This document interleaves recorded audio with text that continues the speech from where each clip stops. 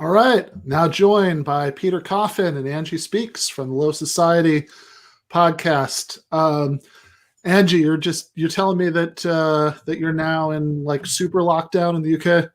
Yeah, so lockdown to Electric Boogaloo, it happened at the beginning of the month.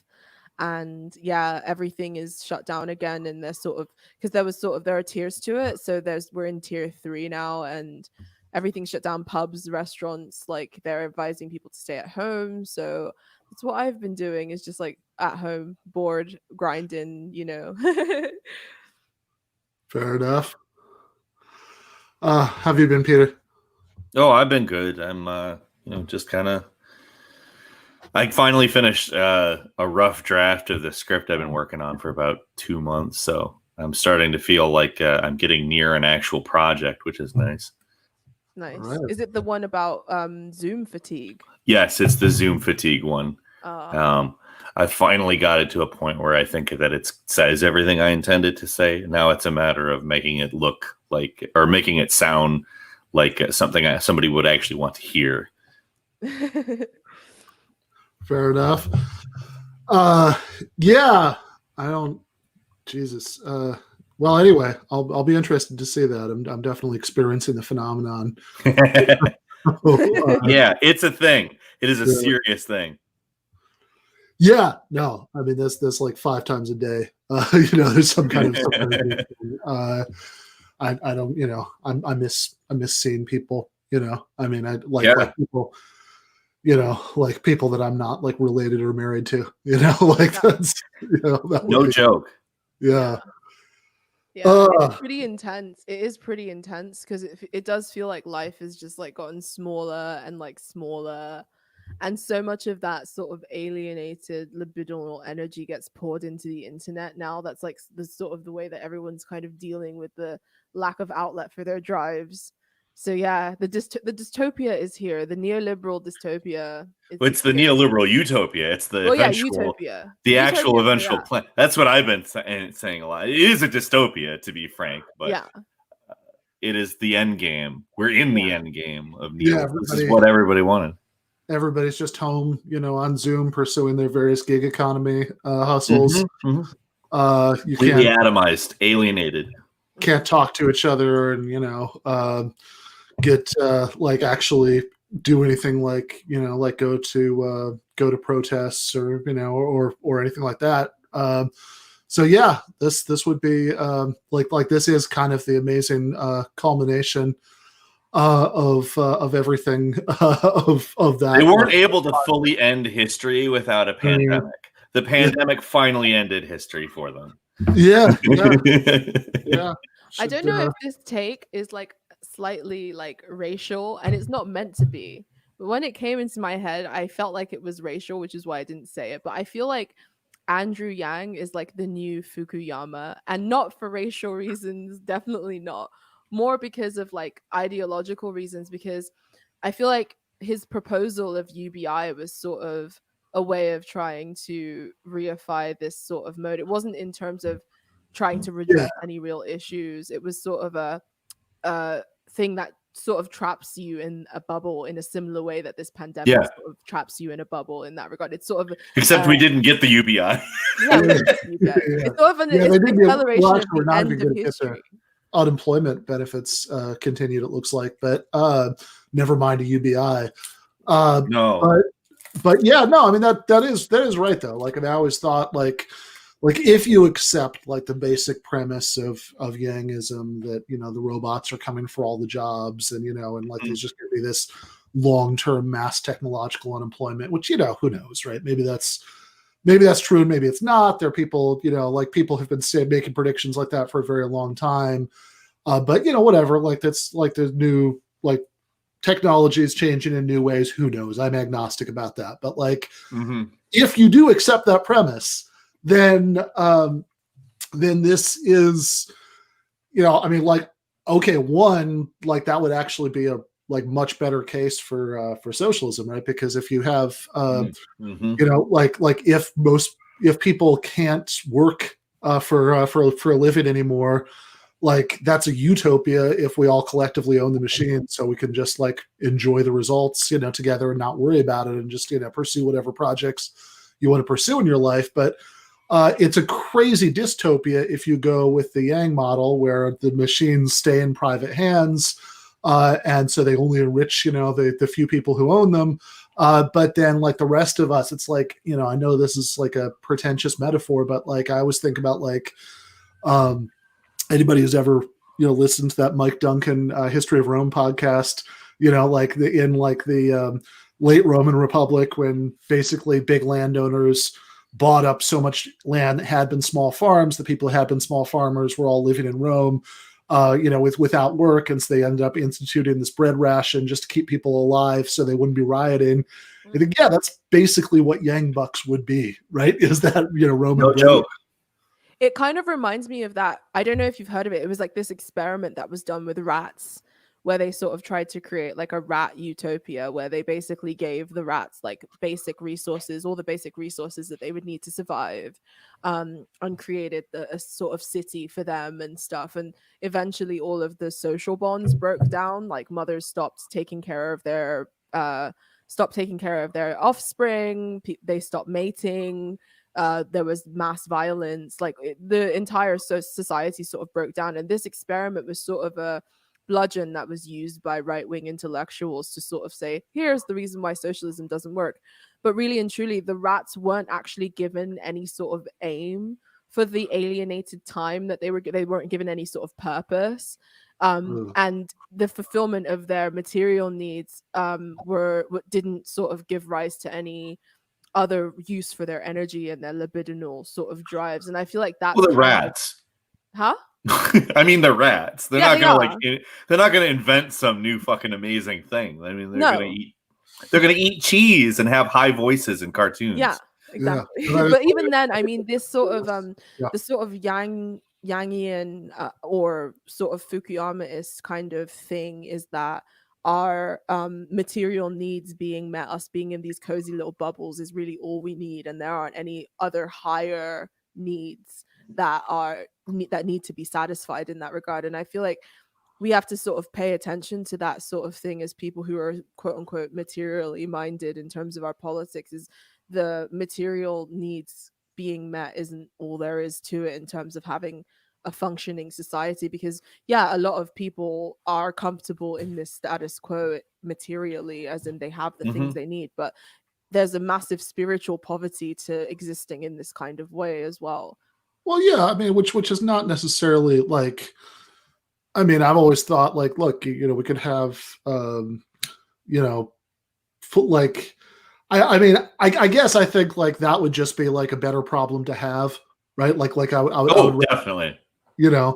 I would rather have like, like if people are going to commit suicide, I'd rather they be committed suicide because of like, they're having existential crises, than because of like the horrible shit actually, happening to them because of the way society is set up. Like if like one thing I've always thought is if we actually did get like, whatever fully automated luxury, added a bunch of adjectives like people like to communism, then probably like, most of the sources of unhappiness, like a lot of the sources of unhappiness that we have now wouldn't exist, but like you probably like you'd have some new ones because for example, like everybody who like always wanted to like have a band or write a novel or do any of those things would actually have like the free time to do those things. And realistically, like lots of people are going to be really bad at it, right? And like, so they might be like very unsatisfied because of those things. And, and of course you'll have all the, like,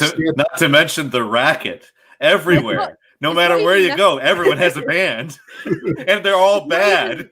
It's not even necessarily about aptitude or achieving some kind of accolades or acclaim in a specific field. It's about the fulfillment of engaging in the activity. And I mean, even Marx talks about alienation and the idea of alienated labor and how, that has a deleterious effect on human culture and civilization, also our mental health as well in that capacity. And I feel like a lot of what people are experiencing, like the source of unhappiness, is it's not just to do with like alienated time. it's also about like not having things that they feel they're doing that give them a sense of purpose and meaning as well, which I guess falls in the more existential, in the more right. kind of, But you know, but I mean, like I mean, I'll take that as a goal though, like having a society where like everybody can be like, you know, some like rich kid who goes through like a, you know, like they like spend 3 months in an ashram and then they decide they're not getting anything out of that, and you know, then like they try to write the novel, and then they're like they, you know, whatever, like because that's what you can actually do with your time if you're not like spending all of your time worrying about like whether, you know, any of your 12 gig economy gigs, you know, will like get you enough money to make rent this month, and you know whether you know whether you can afford to buy presents for your children, and you know, and all that stuff. So I mean, again, it would just be better problems to have. Although two things on the Rat Utopia. So one,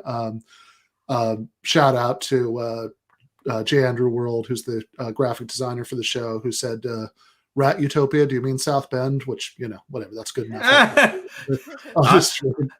As someone who lives 36 miles from South Bend, I get exactly what that is about. Yeah. You know, look it up, guys. But anyway, he's not the mayor anymore. Oh, he's not. He's a different person now. Oh, yeah. All right. I guess he resigned in order to run for president, actually, and one of his cronies is actually the mayor now. Okay, fair enough. The other thing is, it is interesting though, because I do remember what you were saying reminded me of another rat study that I saw that was like going around a couple of years ago. This one was about addiction. Because there are these like classic studies from like the 80s or something. I might be getting that wrong, about how, I don't remember whether it was like cocaine or heroin or what it was, but you know, it was one of these like drugs that if you got rats to start using them, they would like prefer the drugs to food, you know, given the choice. And then they actually, like within the last several years, somebody thought to do an update of this study where they said, well, hold on. They went back and looked at this, and the rats in the original study had these like really small enclosures that, you know, that they were like spending all their time in. Said, okay, what if we did like a control group of rats who we built, you know, something like Rat Utopia for? You know, we had a like we gave them like huge enclosures and other rats to play with, and you know, and like little structures, you know, climb around and stuff like that. And then when you did that, even after they'd used the drug a few times, like they wouldn't like prefer it to food anymore, but, you know, like they just stop using it after a while, which is pretty, you know, which is pretty suggestive, you know, for, you know, for, and like there's some, you know, which like there's a way that oftentimes, you know, so like the sort of conservative narrative about drug use is that it's like an individual moral failing, you know, if you were just strong, you wouldn't get addicted. But then like the enlightened liberal narrative about it is that it's like this purely physical thing that just like takes over your mind, and you know, and that's all there is to it, right? And like what this really suggests, and I think there's some other good evidence for it as well. No, I mean neither one of those things, because like you have people, you know, generally speaking, if you're falling into like that kind of pattern of addictive behavior, it's because there's something else wrong with your life. Right? Absolutely. Like, you know, like a classic human example of this is that there's some absolutely insane percentage of American soldiers in Vietnam who were using heroin while they were there. And, you know, there were all these articles at the time saying, oh, wow, this is going to be like a huge problem when they all get back. But then like actually after getting back to the United States, like most of them just stopped using it, right? You know, because like their life was less horrifying now than it was then. Yeah, exactly. Like you're in like a war zone, which is the most horrifying. And it was out of the war zones, one of the most horrifying war zones that existed. I guess the reason I bring it up is because there's sort of an abstraction and a blurring between what would be considered a sort of materialist kind of utopia, in the sense that, you know, the goals of communism or Marxism are achieved, and neoliberal quote unquote utopia. And the difference between those two things is sort of becoming blurred. A lot of people seem to think that this status quo that we're in now is what they've always wanted, or is a positive thing, or something like an Andrew Yang style UBI is sort of this really radical kind of measure, and there's sort of a blurring between those two kind of lines in terms of the view of the future and where we should be headed. But yeah, like in the rat experiment that I was talking about, they realized that the reason that the social bonds eroded and everything happened, even though they were materially comfortable rats, was because they didn't have anything to do with all of this sort of alienated free time. And a lot of the aims and drives as well of the rats were no longer, because they're like sort of biological creatures driven by biological aims. Those biological drives were no longer kind of viable in this sort of situation either, and nothing was really there to replace them or to channel them into different drives. And yeah, that's kind of what I fear is happening, that we're all just like little rats in this like weird rat city or whatever. And well, they're also they're depriving of us. They're in a lot of ways they're depriving us of our higher faculties in this sort of, and really you could say they, or you could say the ideology, or you could say the pandemic.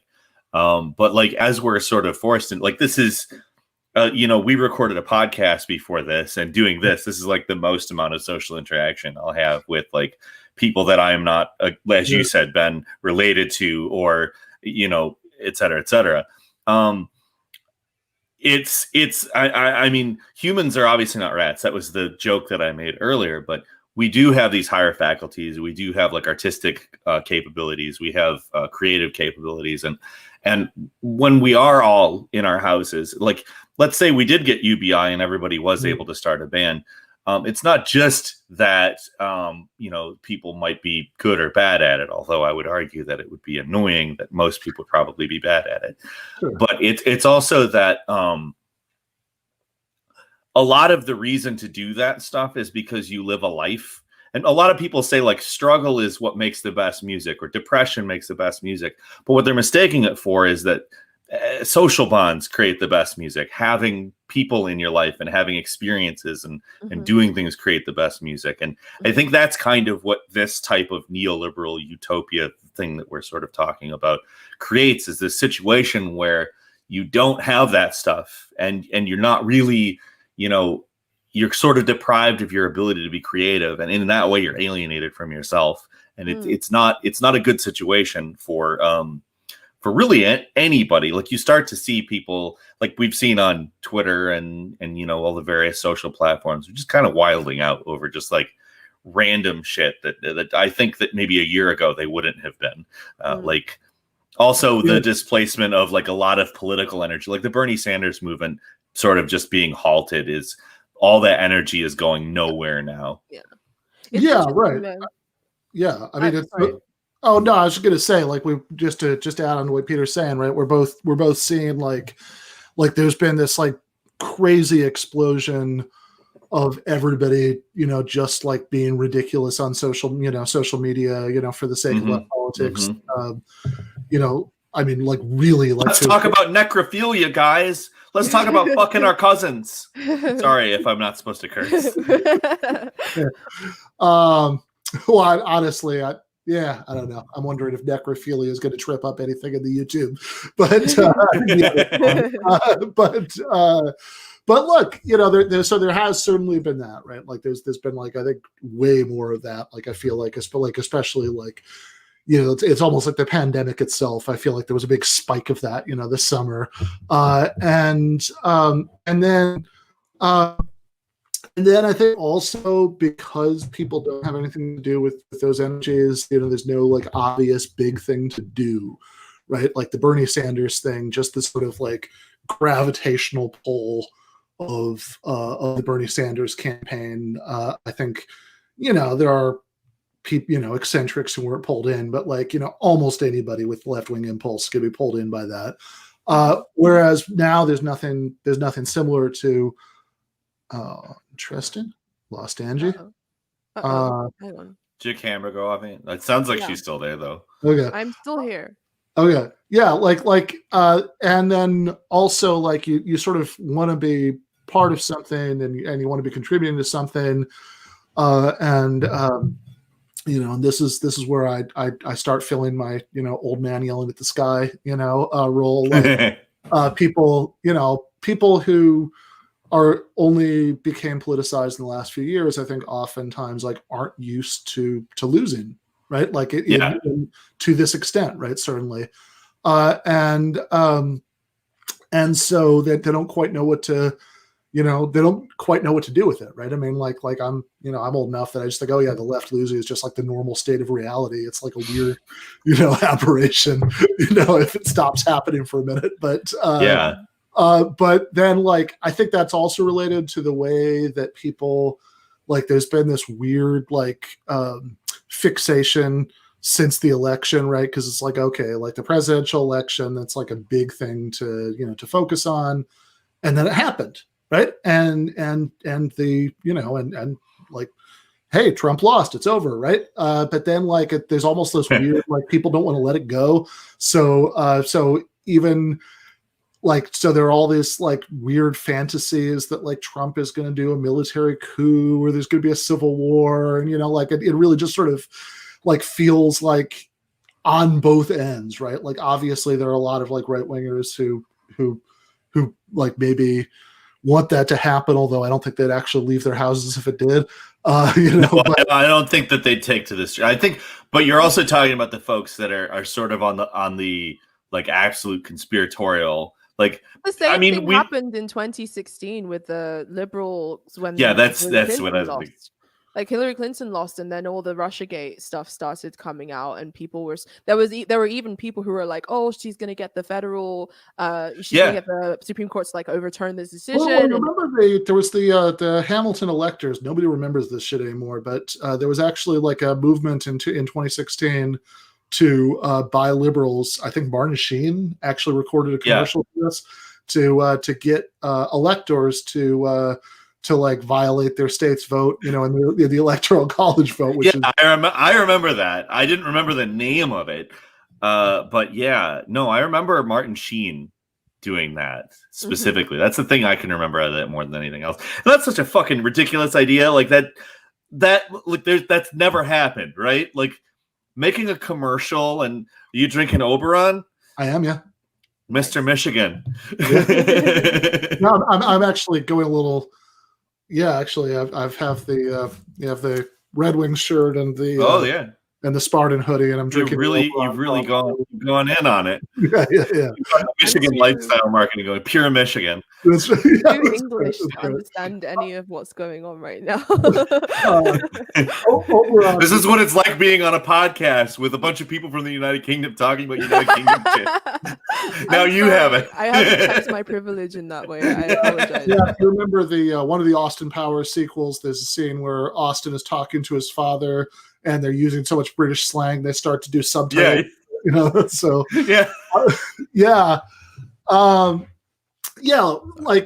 Oberon's a very nice beer that's made in Kalamazoo, Michigan, and it's actually it's a seasonal thing. So this is like one of the last Oberons that probably could be able to have this year. But in any case, like the Hamilton elector thing in 2016. I think they did convince a few people to change their vote, but like only like Hillary Clinton electors. So because like what their scheme was that they were going to convince a bunch of Democrats and a bunch of Republican electors to go with some because Trump wasn't qualified. That was their argument, right? They weren't even doing. Well, that was always the argument. So they said they were going to find some like qualified moderate Republican. They were all going to vote for him, and there were actually like a few people in the electoral college vote in 2016 who voted for like Colin Powell or whoever, but like Edward McMullen. Do you remember Edward McMullen? Yeah, that little baldy bastard. So, which is funny right now because there are. Andy says I should make a Gary Barlow joke to make you feel welcome, but oh dear, I haven't had one of those in a long time. But yeah, like the whole thing is hilarious because now everybody seems to agree that getting electors to not go with who their states voted for would be a coup. It'd be overturning democracy, which is right. I agree with it. I don't think it's going to happen. I'm not losing any sleep over it, but like, it's a little funny that they switched. It's the socially acceptable team to say is trying to do a coup, though. Yeah, right. That's the distinction. Mm-hmm. You know, and whatever, but it's like all so stupid because, and this, you know, and like I struggle with this a little bit, right? Because like, look, I'm not existing outside of, you know, market incentives here.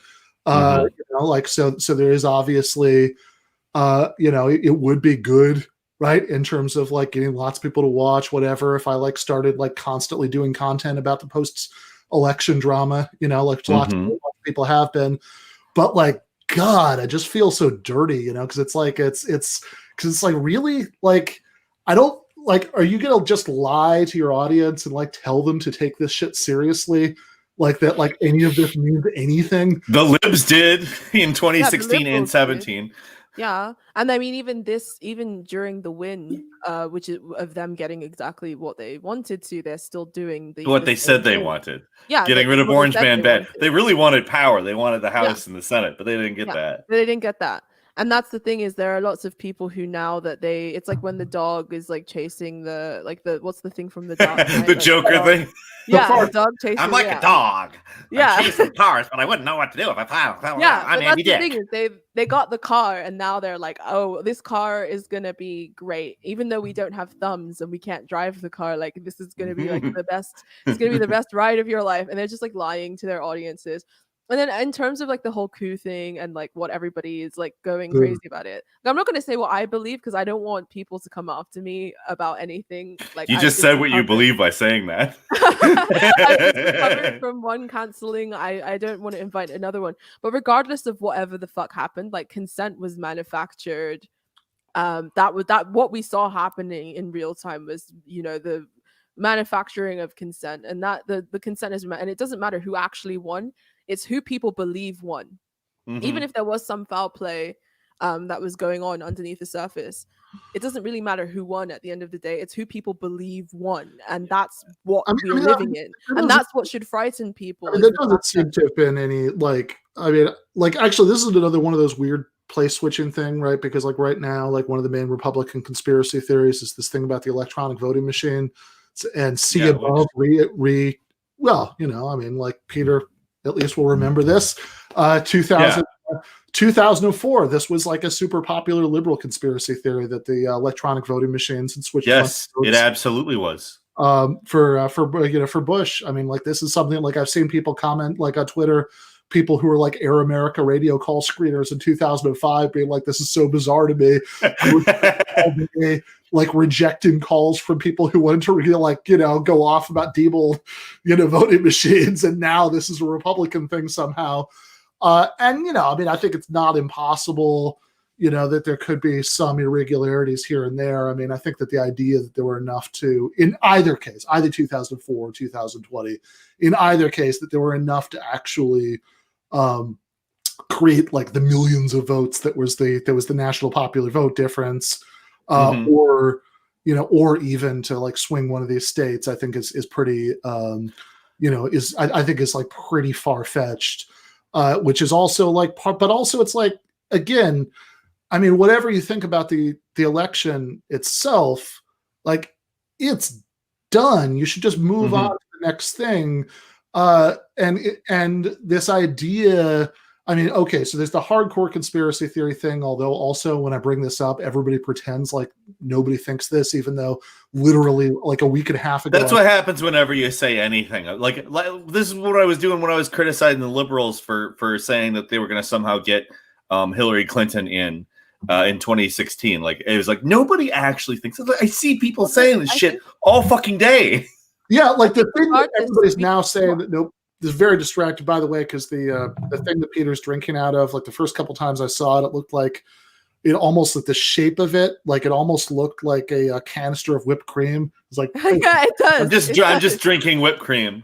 You're out to brunch a little bit too early. That's like it's just a water bottle. It's just a water bottle. But sorry, go ahead. Oh, no, I was just going to say, like, the thing that everybody's now pretending that nobody was saying, even though, like, 3/4 of my timeline was saying it a week and a half ago, is that Trump was literally going to pull a military coup. Yeah. Which again, everybody was saying, "Oh, look, he fired the defense secretary Mark Esper, and he's putting in installing loyalists at the Pentagon," and then combine that with like other pieces of like Trump denying the election results and stuff, which is particularly awesome because what turned out to be the case there is that the reason that Esper went is because he wasn't willing to draw down troop levels in Afghanistan. So whatever, but like, but it's just the. So you're saying Trump replaced him for an actually kind of okay reason? Yeah. Trump replaced him for pretty good reason, right? Like I think that unfortunately, right, Trump isn't going to like completely end the No. I'm just making it. War in Afghanistan, although it's also awesome to watch like all of these like people in mainstream sources like talking about like how he's going to do a premature withdrawal from Afghanistan that's like literally already the longest war in American history, that there are soldiers in Afghanistan who were not born yet on 9/11 who are there. But like there was literally the Wall Street Journal editorial about it was called "Rushing to the Exits," that like we're rushing out of this 19-year long war. But like whatever, fucking like insane. Relatively speaking, it was a good reason. But everybody thought that now, it switched to, oh, nobody was ever saying that. What we were talking about was like a soft coup or a lawfare coup. And it's like, okay, in a sense, sure, like there are all the lawsuits that are intended to overturn, the election, none of which are going to work, none of which are being taken seriously. Like they're all being like the guy who's been put in charge of all of them is Rudy Giuliani, who literally like doesn't remember judges' names and stuff. Like that's how seriously, they're taking the effort. And I guess, they're trying to get like Trump just invited like the Republican leaders, the Michigan state legislature to like meet with him. So the idea is that would mean that like he was going to get them to appoint alternate electors and stuff, which they've already said they're not doing. Like, and the whole thing, like, it just like, I guess like what bugs me about it so much is that it just seems like so obviously a fantasy, and it seems like something that people like because, okay, everybody's addicted to the drama, right? The election was exciting, so we kind of don't want it to be over. And also, like, okay, as you know, right? I was, in fact, like a big old Menshevik about the thing itself. I was willing to say, okay, fine, in swing states, whatever, do what you need to do. But like, it's fucking over. Can we just like switch? Like, can we switch to talking about Biden now? Yeah. The thing that I think is the sort of spurring or like propelling energy behind this is there's obviously like the libidinal kind of spectator sport aspect of it. But to me, that's the least interesting aspect of it. The most interesting aspect of it is what the anxieties that it reveals on both sides of the political spectrum. On the right-wing side, obviously there's a lot of anxiety about the system and democracy and the power of the neoliberal establishment. And I think that those are valid concerns, even if they manifest themselves in ways that other people may not disagree with. I'm fucking black-pilled when it comes to that shit. Like, I don't put anything past the neoliberal establishment. I don't put anything past the neoliberal establishment is like hegemonic at this point in a way that the right wing sort of used to be, but no longer really is. I don't put anything past them, and I wouldn't be surprised if there was some kind of thing to be concerned about. But that's not again, like I said, whoever perception and consent is manufactured for is who won. Whoever people perceive won is who won. It doesn't matter about what's actually true. And secondly, I feel like those anxieties are definitely, valid. And I don't think that we should be just sort of hushing and shoo-shooing them away, even though they might manifest in ways that we perceive as annoying or as counterproductive. I think we should be getting to the root of what people are afraid of. And I think people are generally afraid of the Silicon Valley, for instance, is, they purport themselves as liberal. They put millions of dollars into supporting liberal candidates. They also they're the controllers of the discourse. A lot of the discourse that happens online happens on these platforms. Trump's tweets were constantly being censored. These are things that make people feel suspicious and feel as if they are losing control of what they feel is a rigged political economy. What do you think that's supposed to accomplish, by the way? Like when they do the like you have to click through something to see the labeling shit. Yeah. I think that they think that it's going to like warn people away from like the. And here's the thing: everybody needs to know what the fucking president said. Like, I'm sorry, don't deprioritize that in the algorithm. Don't fucking label it. It's a specific political move made. Yeah, exactly. Yeah, but like it just seems so obviously and weirdly counterproductive. I mean, it's kind of like the same thing as like the. Like the New York Times, which, by the way, this is cheesy, but you guys know this, the story about Noam Chomsky's dentist? No. Okay. So apparently like back in like the 80s or something, Noam Chomsky was at this dentist's office and his dentist asked him, do you grind your teeth? And he says, no. Right. So it really looks like you do. And then they talk to his wife, and say, oh, does Noam like grind his teeth, like at night, maybe like while he's sleeping? She says, no, I haven't seen him do that. Right.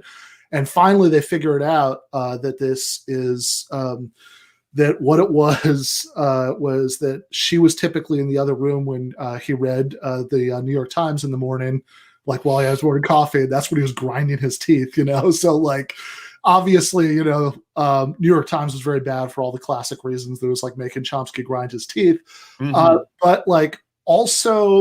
whatever, like, it's like, I feel slightly less like when I will like just want to like read like news, like, I'll usually like read it.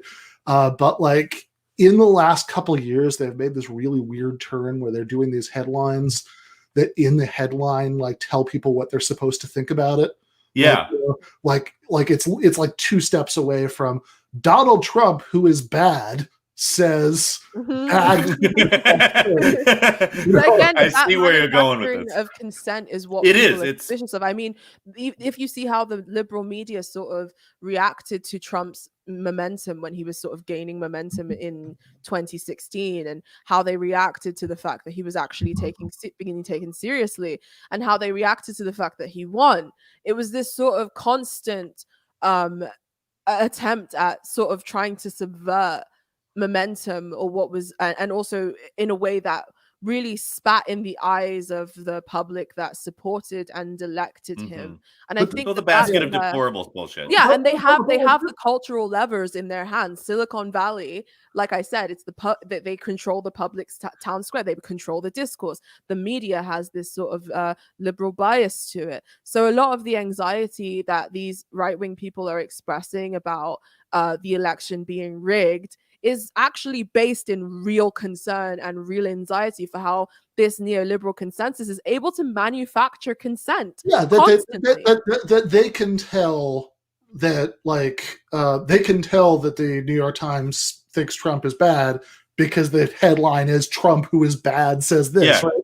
Like big man mad does bad thing. Yeah, in a way that they don't see it happening to other politicians. In a way that they don't see this sort of fervent closing of ranks of major institutions against other politicians in the same way that they do for Trump, which is where that kind of suspicion so of course going to feed into it. This is also why it seems like such a weird move, because it's like, who is the person who didn't think Trump was bad and is going to see the New York Times, Trump bad headline and think, oh, okay, never mind, right? Like, now I get that he's bad. I get it. The New York Times says he's bad. That must mean he's bad.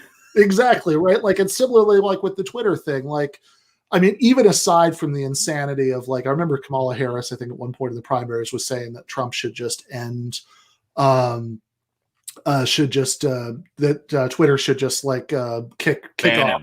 Yeah, they should just ban him, which is insane for all the reasons that you're saying, right? Like that, like it's fuck. Who the idea that you'd ban the president of the United States off of a platform? Like, you need to hear what the president has, whether it's good or bad, insane or not insane, rooted in reality or not. You have to hear it.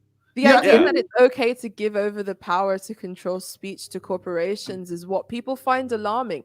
And it's not as if these corporations are stupid and they think that putting these little deterrents are going to really make any sort of significant change in the way information is processed. It's a power play. It's a way of Yeah. labeling something as unofficial, or Yes. as a, you know, as something, and redirecting attention and energy away from this thing that's Mhm. considered like unofficial or not. And it's what the liberal consensus does in order to continuously manufacture consent for itself.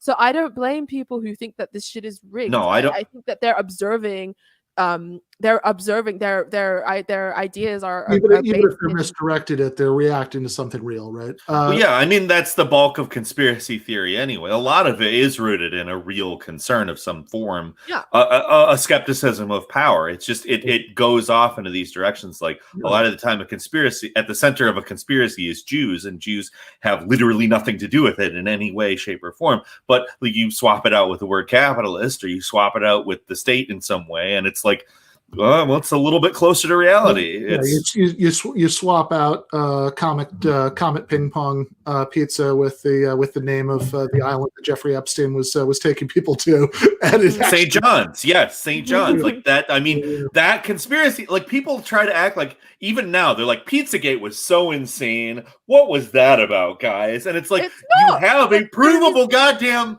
billionaire pedophile ring at this point. Reason why? No, they were concerned for a reason. Like the details were wrong, but the idea that exactly.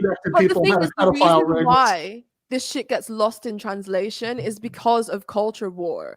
If the group that's saying the thing doesn't have the correct cultural signifiers, then I'm going to, by default, ridicule and ignore, and I'm not going to try to understand where they're coming from. I'm not going to try and look at their thought process. They don't have the correct cultural signifiers, so therefore they're by default stupid. And I have the correct cultural signifiers, or even the thing that's lying to me has the same cultural signifiers. They say the thing that I care about. Or even, actually, by the way, real quick, thank you so much, Monkismo, for the super chat. Points out the Tea Party and moral majority were not part of products of big tech bias. Of course, look, I mean, I don't think anybody's saying that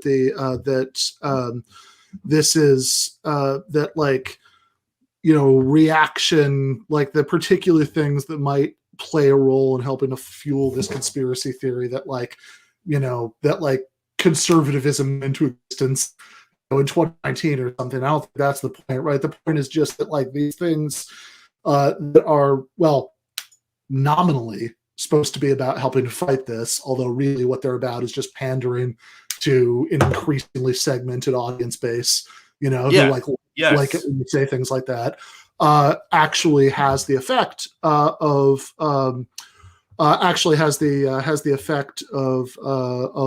fueling it, right? Because it just like it's just more fuel for the culture war, which only works if it's a two-sided thing.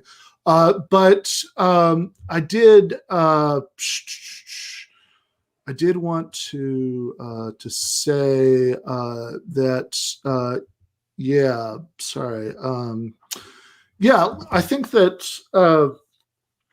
that that's right about the conspiracy, about the conspiracy theories, that like there is. And I think what you're saying, actually, and there's a question about, whether you can clarify the cultural signifiers things. This might be helpful for that too, right? That they have that there are, like, look, there are about equally dumb conspiracy theories that were coming from other directions, like less than, like, within the last 4 years, certainly, right? Yes, absolutely. Like Russiagate is a vague term, and of course, if you start like trying to give people grief about this, what they'll always do is this goalpost moving thing where they'll say, "Oh, all I was ever talking about was like collusion, and like there was such and such people at some meeting at Trump Tower in 2016. So there you go, that's collusion. That's it."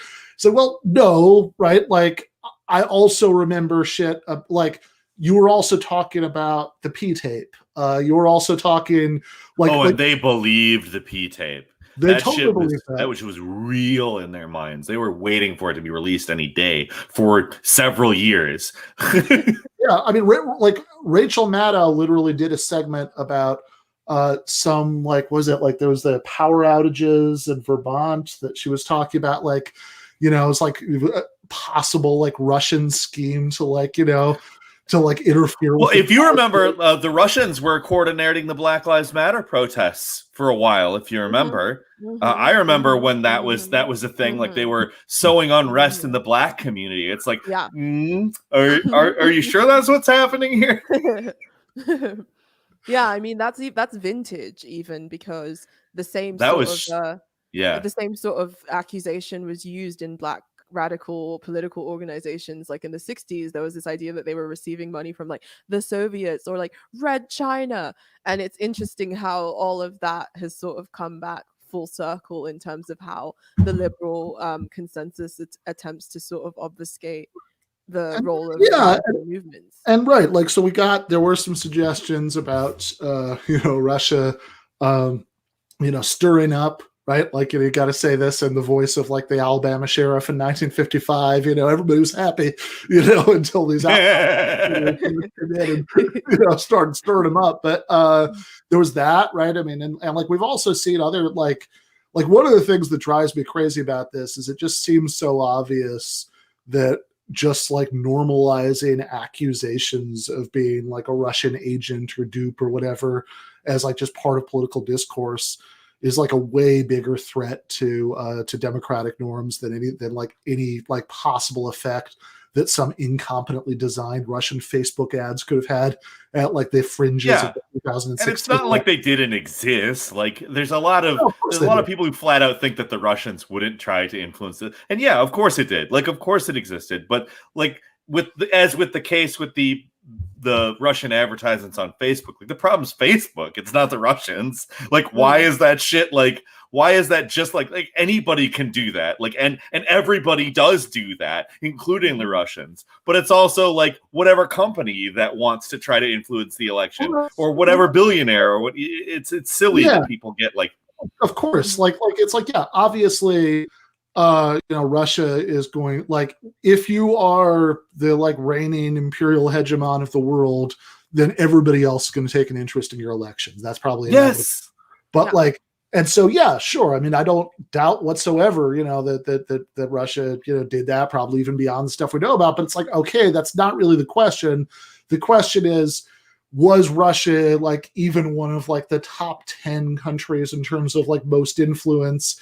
Like more than like Israel or Saudi Arabia or like any of these other places that are obviously all going to try to do, the Ukraine, whatever, are all going to try to do to have some level of impact. And also it's like, ultimately, like what's the thing about this that makes you mad, right? Like, I think that's the question. if the thing that makes you mad is just like, was the wrong candidate, or like, it's like is it that, okay, like I can understand like sometimes people like I've heard people try to put sort of a left spin on this, right? By saying, oh, I don't like the idea of like Russian oligarchs, influencing elections. It's like, all right, but is the part that bothers you the oligarch part or the Russian part? Like, is it okay if it's like some all-American like Texas oil billionaire or something? Like, it's just not okay if they live in Moscow. Like, 'cause then I can't get excited about that. Yeah. And that's exactly the problem is we have so many people who that is what they care. They just care about whether it's Russian or not. And it's people who are, anchors on MSNBC, to bring that back up. Like it's people who are in a position to direct the narrative. They're directing it towards like the country or like a specific political enemy rather than the action. It's interesting though, because the post-election discourse, I mean, obviously it's shifted now.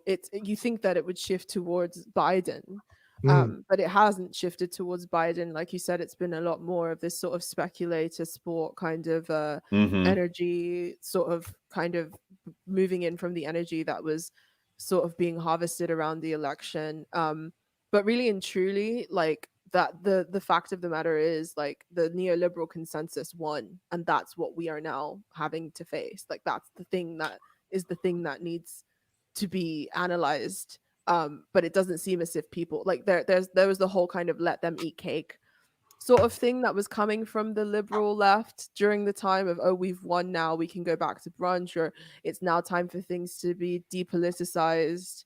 And we can all sort of go back to, you know, speculating about what new show HBO is going to release, and we can Yeah. have, you know, naughty comedy, you know, sketches come back, and all of this stuff, because like blah blah blah.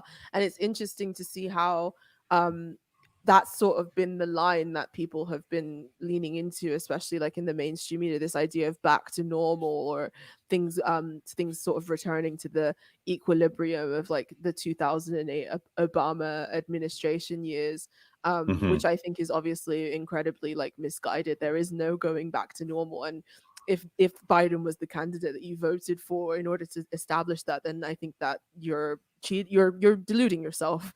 You're not just deluding yourself, like the people who are out there who have some semblance of power in the media and stuff are also deluding other people. And the material contradictions are not going to disappear simply because Biden is in the White House. No, yeah. And I feel like a lot of people who really cheerleaded Biden as like this like solve all candidate and like push the idea that we could push him to the left and all that stuff, again, they're sort of lying to their audiences. I mean, if I was in America and I could vote, I wouldn't have voted in this election. That's just my opinion. I would not have gone out and voted at all. And if you did, there's nothing wrong with that. But the idea that your choice to do that somehow was for some amazing greater good, and that it's going to cause this a massive chain reaction that's going to somehow better like the material. Yeah, I would make a distinction like between thinking that that, you know, voting for Biden was meant like going back to normal. You can go back to brunch, right? Like that's like one view. A second one is like voting for Biden, you know, because you think that you can push him to the left, and then like a third view is just like voting for Biden, you know, just like the cheesy metaphor I always use is like it's like in the, you know, the basement in the cabin in the woods, you know, where like you get to decide like which monster is going to come try to kill you, right? You know, like just make a tactical call about like which one you want that to be, right? Pick out like the you know, Jesus, who's the black guy in Biden's story about the swimming pool? Oh, Corn Pop. Yeah. So pick out like Corn Pop's rusty razor blade, you know, in the cabin of the woods basement, like as the totem of the thing, you know, like like that you'd rather have Biden do this than Trump. And that was always like, you know, my view that like just as a defensive thing, they're both agents of the ruling class. They're going to pursue different ruling class strategies. We can make a tactical decision about which one we'd rather fight against and what the consequences of those are going to be. But this is interesting, actually. You guys would like this because I wrote an article for Jacobin. I wrote it before the election. Obviously, I didn't just like have an amazing, you know, because it went up like half an hour after they called it for Biden. I don't write, you know, that quickly. But that was called "No Honeymoon for Joe Biden," and the point of the article was just nobody should take anything that's on the Biden campaign website seriously, right? Like any of the parts where he says good stuff, like, you know, a public option and card check and all that shit, you know, because, you know, because one, we have literally decades of evidence about who and what Joe Biden is. And you should take that, you should weigh that much more heavily than anything he says during an election year. And two, you know, we've seen this movie before. When Obama came to office, he was promising to do some of the exact same things. Certainly those two examples, public option and card check. And came in on much more momentum from it because like Obama's mandate was actually on the things that he promised, whereas Biden's mandate was literally just not being Trump. Yeah. And yeah, they're trying to like thread this like really weird needle with that, right? You know, being all things to all people. But yeah, no, I think that's right. And people say like, oh, you know, but things have moved so far to the left, whatever. It's a different situation. It's like, not really, right? Like we have, I mean, like on a popular level, maybe, but certainly not institutionally in the Democratic Party. You know, I don't think it's actually changed very much. So anyway, I thought this was all pretty obvious. But the reaction to Jack. Did people lose their minds at you, Ben? Did people get angry that you criticized Big Daddy Biden? They did. Which I'm shocked. I can't. Well, even then there was the because that was the sort of argument not just here, by the way, but also where Angie is. There was a columnist for The Guardian and somebody who said they were like the their Twitter bio says they're like the chief political commentator for The Independent, who were both like extremely flabbergasted that they were American leftists who don't love Joe Biden, and like we're making like sort of nerdy British things about like, oh, this is like the saying the People's Front for the Liberation of Judea hates the Judean, whatever, like that. Oh that dear. thing, right? Monty So, Python. yeah. I apologize on behalf of my kinsmen of the British Empire. We apologize for imposing our Monty Python humor on you. But yeah, it's crazy to me because that was sort of the discourse that was raging before the election happened, like the idea that which one was harm reduction. I disagree that Biden is harm reduction, and I don't know, maybe I'm just the kind of person that would choose not to fight Corn Pop if I had to choose the monster in the woods. I mean, I remember it was a really interesting thing that Zizek said, that when he was sort of analyzing 2016, that sort of got him in trouble with like the sort of liberal consensus within like academia and stuff, especially because people weren't as open to these sort of critiques of the left or this form of an analysis as they were back then. But when Zizek was analyzing Trump, he sort of talks about how the rise of like materialist sort of base left discourse, and also the rise of like Bernie Sanders and the rise of people like Jeremy Corbyn, and the rise of membership in things like the DSA, which I'm not fully like in agreement with, but like even then it's still like a sort of symbolic kind of gesture. Yeah, it's a signifier. It's a signifier in terms of how things were shifting, and how that sort of break, that sort of crack in the neoliberal consensus was what sort of allowed for these other things to emerge. And I don't think that it's going to be as easy underneath, especially because the neoliberal establishment has shown how eager they are to punch left and how heinous they are in terms of punching left. I mean, what happened in the UK with Jeremy Corbyn, being ousted from the Labour Party unceremoniously, and I mean, they recently brought him back in, but he still has a level of suspension in terms of his engagement and contribution with the party.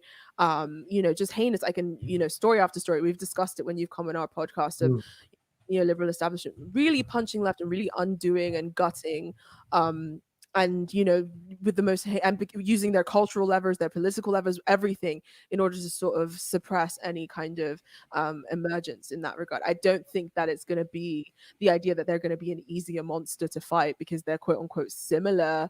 There's nothing similar. Maybe on an aesthetic sort of cultural. Well, I don't think they are similar. I think that the reason they'd be an easier monster to fight would be that they're not like, they just like their strategies can be less aggressive in the short term, certainly in terms of trying to get rid of unions, that exist right now. The National Labor Relations Board rulings under Obama and under Trump, were pretty different.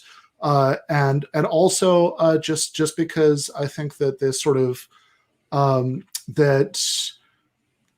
I think that if you have a fight that's pitched between like neoliberal centrists who nobody really likes and left, then like in a lot of ways I like that better than a fight with like the Trumpists who actually are like kind of like resurgent and like really excite their base, and they think he's like the God Emperor. But I did just want to shout out real quick. Thank you so much, Ian Adelstein, for the super chat. Says ideology is really on display with these insane election fraud accusations. Every mainstream outlet in 2017 parroted Smartmatic's Murgica baseless assertion that Venezuela added 1 million votes. NPR, Guardian, etc. Actually, you don't have to go back to 2017.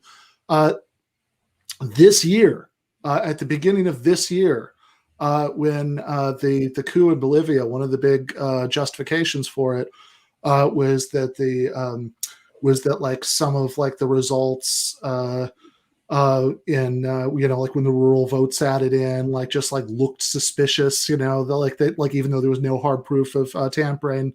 And all of the same mainstream media outlets that, in my view, rightly, dismiss like the same reasoning now with the 2020 American election were all Mhm. totally on board with that, right? Like the New York Times was giving credence to the Bolivia election fraud thing in Yeah. literally this year, like in January or whatever that was. Yes, that was yes. Someone in the chat just said that like a neoliberal centrist gave us Prop 22 and that they want to crush labor.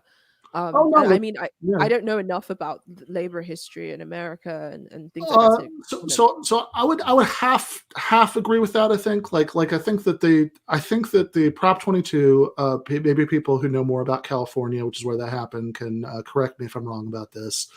I think that probably was something.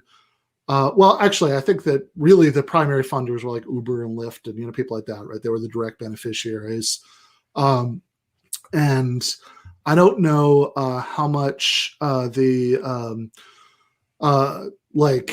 think probably my guess is that like establishment Democrats in California, if I had to guess, right, like that probably like most of them didn't like endorse that, right? That they would probably get in too much trouble, with like constituencies they like if they did.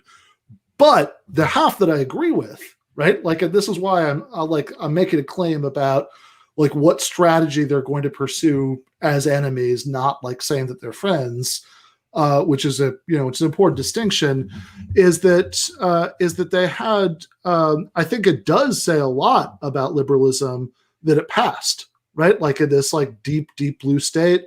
And I understand lots of people. So people who don't know what I'm talking about, just real quick. Prop 22 was this ballot resolution in California this time to officially say that like Uber and Lyft drivers, for example, people in that with those sorts of employment situations aren't workers, they're contractors. They shouldn't be protected by any kind of, like labor law that protects workers.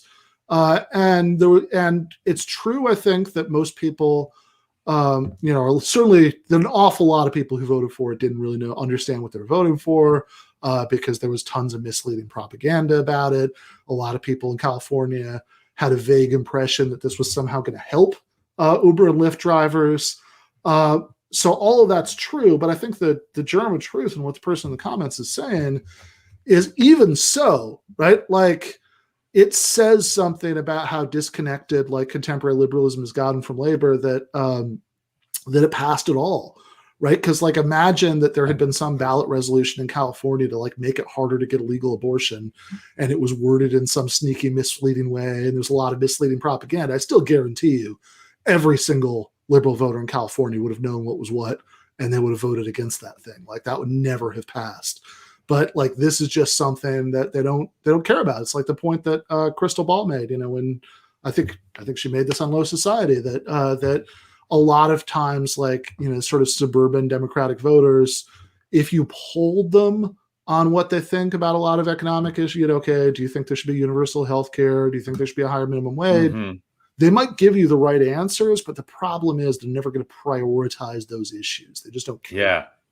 So I think that like the bone that the Democratic Party will give unions for supporting them unconditionally forever is that they're not going to appoint people like the National Labor Relations Board who are going to like make these crazy rulings to make it harder to form a union or whatever. They're not going to do that. But and I think that does like make a difference, and it's like an important thing. And so I do see some value to the harm reduction strategic argument there.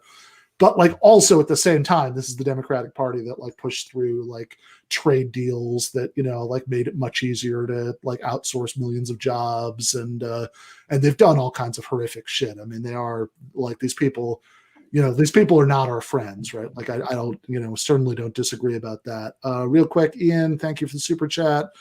I'd love to get the word out about an insane decision made by the New York Court of Appeals in October. Baddock's wokeism led to an absurd decision which upheld a conviction, even though a juror openly stated offense and quoted use of N-word. I'm actually not familiar with this. Are you guys? I don't know anything about that. Yeah, okay. Sorry about that, Ian. I'm not 100%.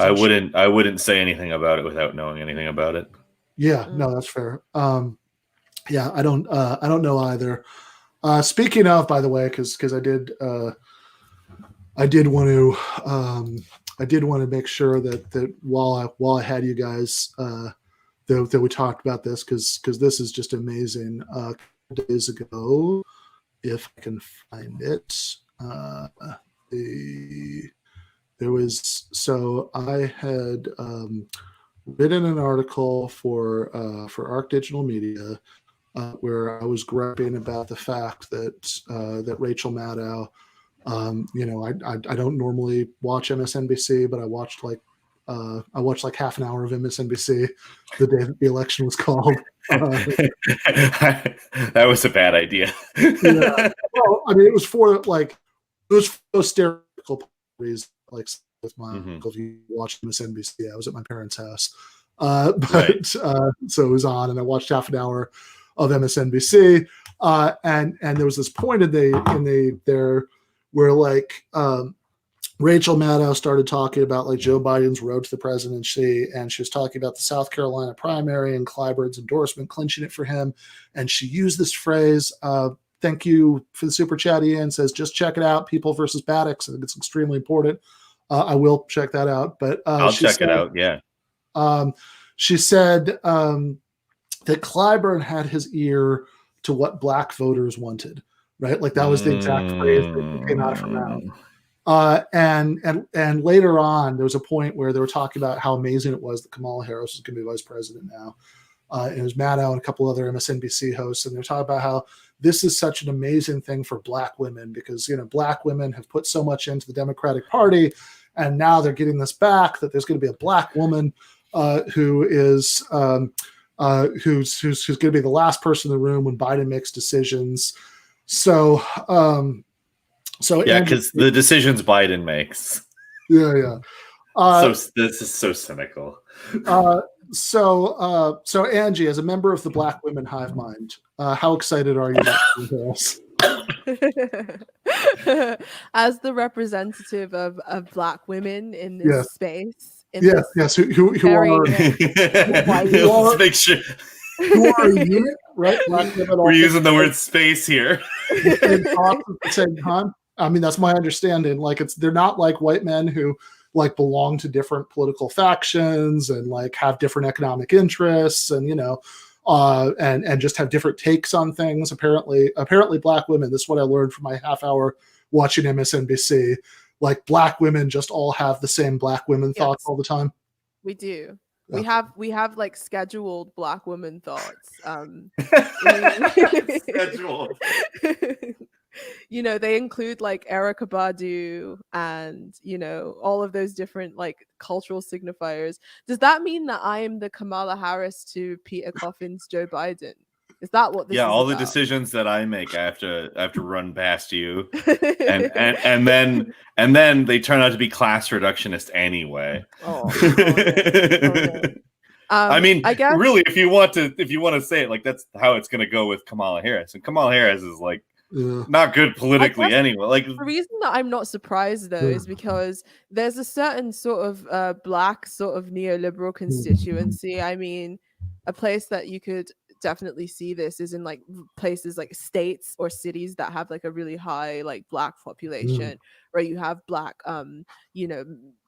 politicians who are sort of running things there, but they still sort of follow the exact same neoliberal incentives that end up oppressing the black community. But there is a big black sort of neoliberal constituency, and they've sort of been used as like vassals almost, these kind of house Negroes that kind of are used to kind of justify the way the system works through kind of using identity as like a shield. It's as if identity politics has become a way for the ruling class to kind of gain moral legitimacy. And that's how I see, or to sort of claim moral legitimacy based upon specific arbitrary signifiers. I mean, there's signifiers that carry historical weight, but when divorced from class, they become arbitrary.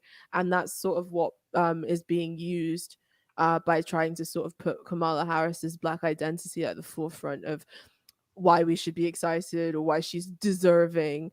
And I saw a lot of takes like that on Twitter where there were like black, like blue check, like liberal women who are like, we saved your ass in this election, Democratic Party, like you don't make us do it again, like you owe us. And it's like, you have no power, like you are deluded, like you don't have as much power as you think you do. And if you think that this Faustian bargain that you've made is gonna like really yield anything for you, then you're absolutely like you're deluded.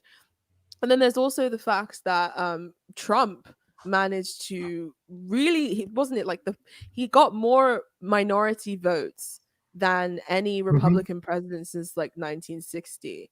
So the way that the sort of Democrats use identity as a tool to manufacture consent, as a tool to claim moral legitimacy for all their abhorrent bullshit, it's not working anymore.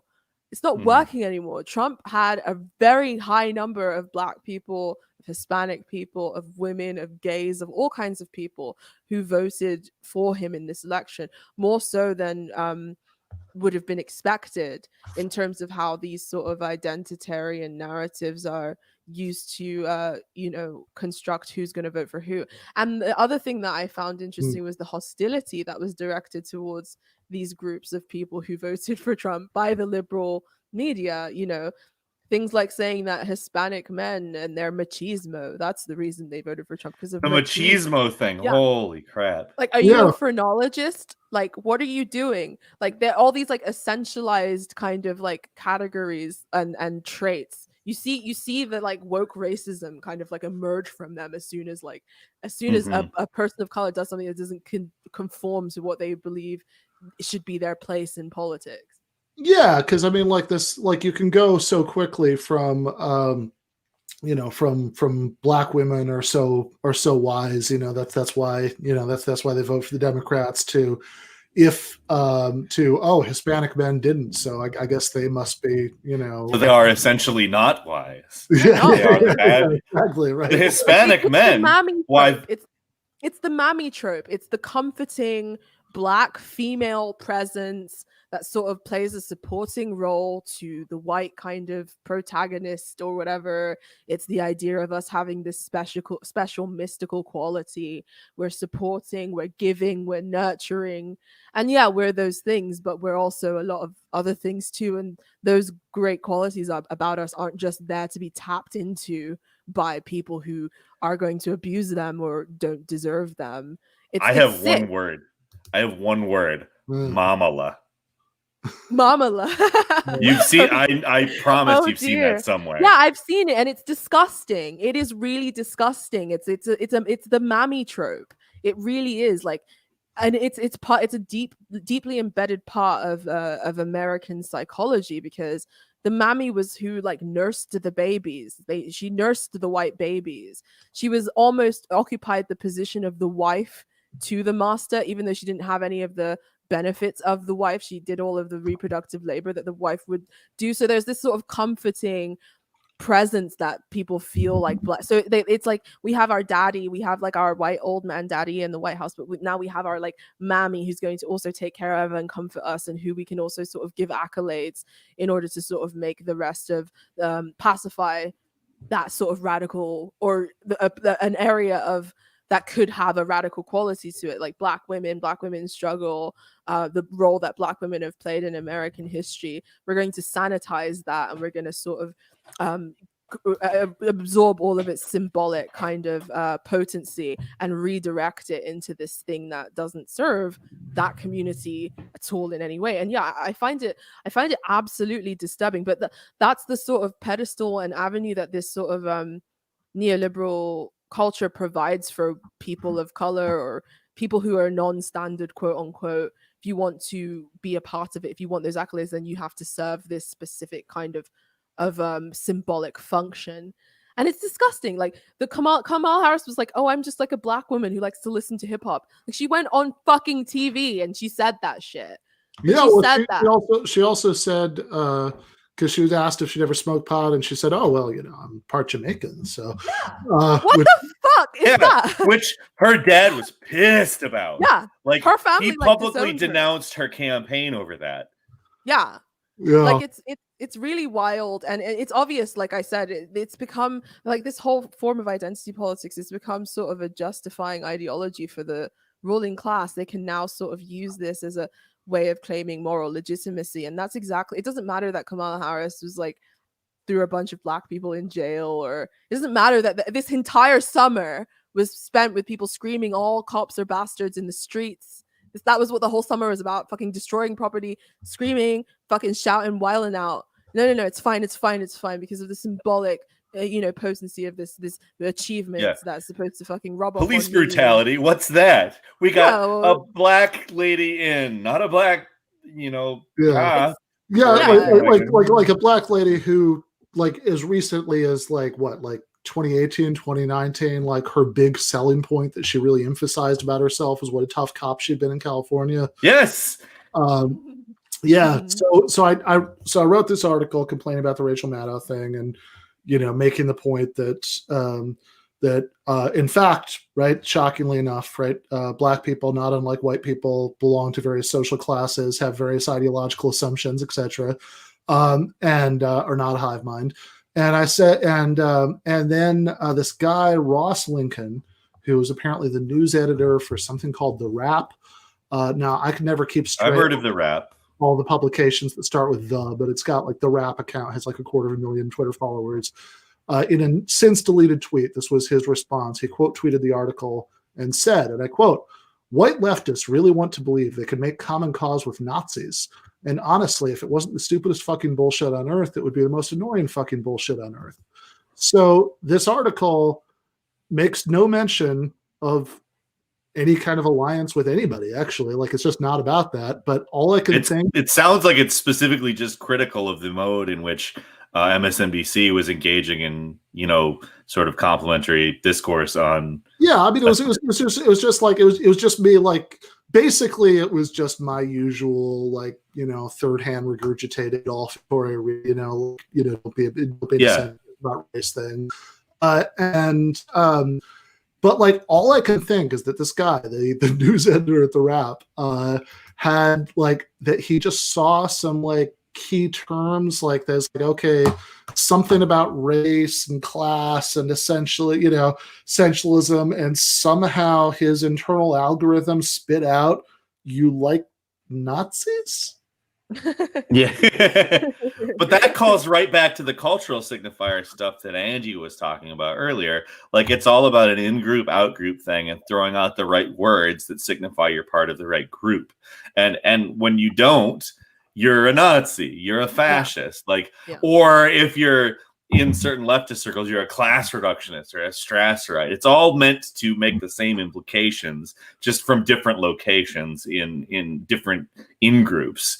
And that's the thing. We're not talking about material conditions. We're not talking about where Biden actually might take us, which we should be, by the way, absolutely talking about. No, I think that your point is that we should be criticizing Joe Biden, that is the incoming president. That is the thing we should talk about because it actually matters. Like Joe Biden is actually going to be president for the next 4 years or whatever, maybe 3 or something. He's very old, but he's the one who's actually going to be president for the next little while.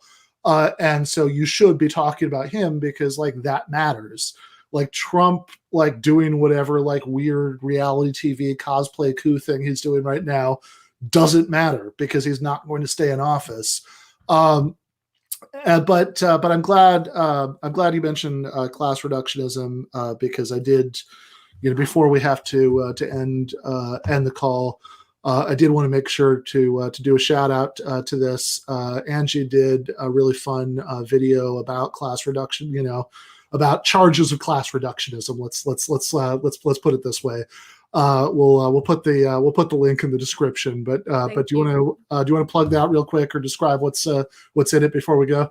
Thank you very much for shouting it out. That means a lot to me, and thank you also for helping me with the script as well. I really appreciated your input.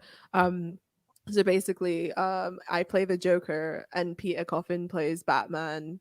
Who's that?